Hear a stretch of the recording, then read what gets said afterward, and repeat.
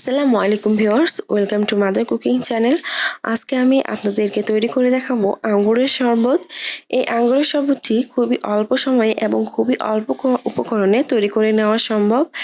মাত্র 3টি উপকরণ দিয়েই এই আঙ্গুরের শরবতটা আপনারা তৈরি করে খেতে পারবেন। চলুন তাহলে শুরু করা যাক।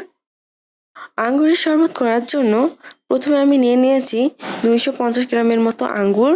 লেবু, আমি এখানে একটি লেবু 4 পিস করে কেটে নিয়েছি।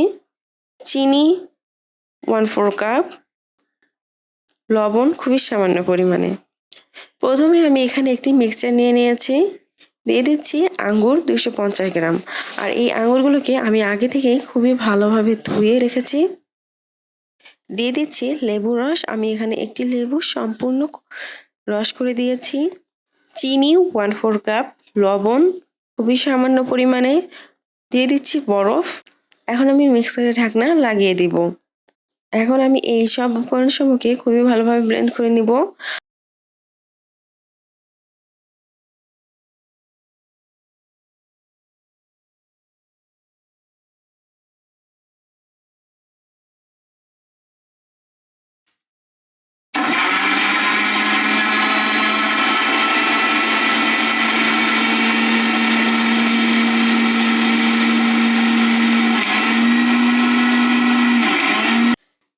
আপনারা দেখতে পাচ্ছেন এ সময় এই সব উপকরণসমূহ খুবই ভালোভাবে মিক্স হয়ে গেছে।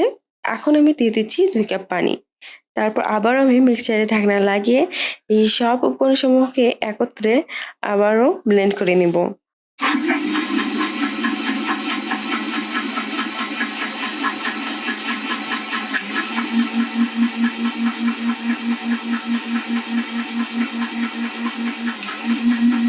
এখন আমি এই আঙ্গুরের শরবতগুলোকে একটা ছাঁকনি দিয়ে খুবই ভালোভাবে ছেঁকে নিব। এভাবে আঙ্গুরের শরবত ছেঁকে নেওয়ার কারণে খাওয়ার সময় গলার মধ্যে কিছু আটকে যাবে না এবং খেতে কিন্তু অনেক ভালো লাগবে। শরবতটা প্রায় রেডি হয়ে গেছে এবং শরবতটা কতটা পারফেক্ট হয়েছে। আপনারা চাইলে যে কোনো সময় আঙ্গুর দিয়ে এই শরবতটা করে খেতে পারেন। আর এই শরবতটা কিন্তু খেতে খুবই মজার হয়। প্রিয় দর্শক, এই ছিল আমাদের আজকের রেসিপি।